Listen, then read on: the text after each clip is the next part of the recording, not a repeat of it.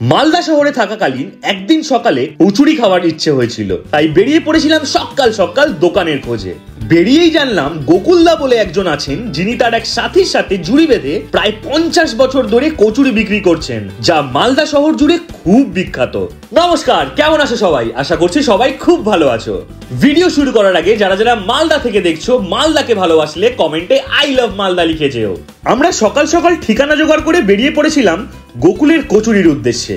যদিও একটা ভয় কাজ করছিল মনে, কারণ শুনেছিলাম এখানের কচুরি নাকি খুব তাড়াতাড়ি শেষ হয়ে যায়। তবে ভাগ্য দেবতা আমাদের সহায় ছিল, তাই গিয়ে নিরাশ হতে হয়নি। আচ্ছা, তোমরা কে কোথা থেকে আমার এই ভিডিও দেখছো নিচে কমেন্টে অবশ্যই জানিও, তাহলে আমি বুঝতে পারবো আমি রোজ রোজ এত ভালোবাসা কোন কোন জায়গা থেকে পাচ্ছি। আগের ভিডিও থেকে পুরুলিয়ার জিৎ এবং কন্টাইয়ের পূজার জন্য রইল আমার তরফ থেকে ভুড়ি ভর্তি ভালোবাসা। এদিকে দোকানে এসেই দেখলাম গরম গরম কচুরি তৈরি হচ্ছে।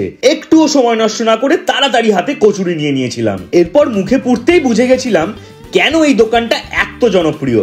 এত কম দামে ভর্তি ডালের পুরে গরম গরম কচুরি আমাদের কিন্তু বেশ লাগছিল। তোমরা যারা এখানে খেয়েছো আমাকে কিন্তু জানিও তোমাদের কেমন লাগে এখানকার কচুরি। এটা দেখো ডালের পুর দেখো, ভর্তি দারুণ খেতে। খাবার শেষে দোকানের জেঠুর সাথে ব্যস্ততার মধ্যেই কথা বলেছিলাম। জেঠু নমস্কার। আচ্ছা, আপনি সেই বিখ্যাত গোকুল, তাই তো? হ্যাঁ। আমি এখানে মানুষজনকে জিজ্ঞেস করতে করতে আসছিলাম যে গোকুলের কচুরির দোকানটা কোথায়। বলছি গোকুলের কচুরিতে যাবে, সেখানে তো দাঁড়ানোর জায়গাই পাবে না। মানে ভাগ্যক্রমে একটু ফাঁকা পেয়েছি। মানে তো হ্যাঁ, মানে ওকেশনালি চাপ হয়, প্রচন্ড ভিড় থাকে। হ্যাঁ, কচুরির দাম কি আপনাদের এখানে? এখানে আমি মানে আপাতত মার্কেট হিসাবে তো আমার মানে পয়সাতে ওঠে না, যেহেতু মানে যে হারে তেলের দাম বা ময়দার দাম সঙ্গে বেড়েছেন। হ্যাঁ, তো এখন আমি জোড়া 15 টাকা বিক্রি করছি। খুচরো নিলে ওই 10 টাকা আপনি ধরছি আর কি। সিঙ্গেল নিলে 10 টাকা দিচ্ছেন, না হলে দুটো 15 টাকা। আচ্ছা, এই দোকানটা মোটামুটি কত বছর পুরনো দোকান? এটা আমার দোকান 1977 থেকে। 1977? অনেক পুরনো দোকান। আপনি শুরু করেছিলেন না? আমি। আচ্ছা, আপনি? আমি এখানে 59 রুপিস দিয়ে মানে ব্যবসা শুরু করি। আচ্ছা, তারপরে ঘরটা করি মানে 90 টাকা। বাহ।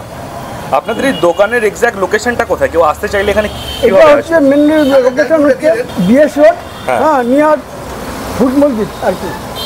ফুল মসজিদ। আচ্ছা, কচুরি তো আছে, আমি খেলাম অসাধারণ খেতে, কিন্তু কচুরি ছাড়া আর কিছু পাওয়া যায়? কচুরি ছাড়া আমার এখানে আগে তো ভ্যারাইটি মিষ্টি করতাম, এখন সে মিষ্টি করি না। এখন এই গরমের জন্য মিষ্টি করাও কমিয়ে দিচ্ছি। আমাদের রসগোল্লা, লালমোহন, লাড্ডু আগে ইয়ে ছিল, আমার লবঙ্গ লতিকা ছিল, কমিয়ে দিচ্ছি। মানে ভাগে পারি না।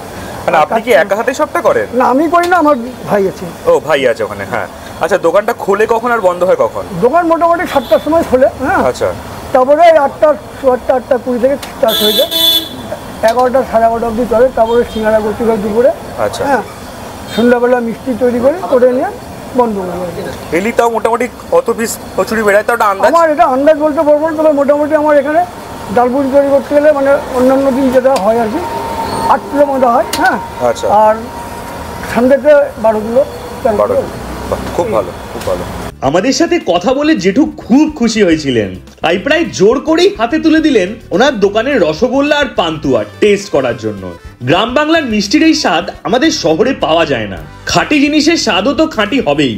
যুগ যুগ জিও গোকুল জেঠু এবং তার সাথীর জুটি। শুধু মালদা নয়, আরো বহুদূর পর্যন্ত ছড়িয়ে পড়ুক এই কচুরির জনপ্রিয়তা। আমাদের সকালটা দারুণ সুন্দর হয়েছিল। এরপর আমরা বেরিয়ে পড়েছিলাম আমাদের পরের গন্তব্যের উদ্দেশ্যে। বাই দ্য ওয়ে, তোমরা এখানে যারা যারা খেয়েছো নিচে কমেন্টে কিন্তু আমাকে জানিও। আর যাদের এখনো খাওয়া হয়নি, একবার ঘুরে এসো, খুব ভালো লাগবে, কথা দিচ্ছি। সো আজকের ভিডিও এখানেই শেষ করছি। আশা করছি আজকের ভিডিওটা তোমাদের ভালো লেগেছে। ভিডিওটা ভালো লাগলে আমার এই ইউটিউব চ্যানেলটাকে সাবস্ক্রাইব করে দিয়ে যেও। আর এই একই নামে আমার ফেসবুকে একটা পেজ আছে যার নাম দ্য বিগ ফ্যাট বেলি, সেটাকেও ফলো করে দিয়ে যেও। দেখা হচ্ছে আবার পরের ভিডিওতে। টাটা।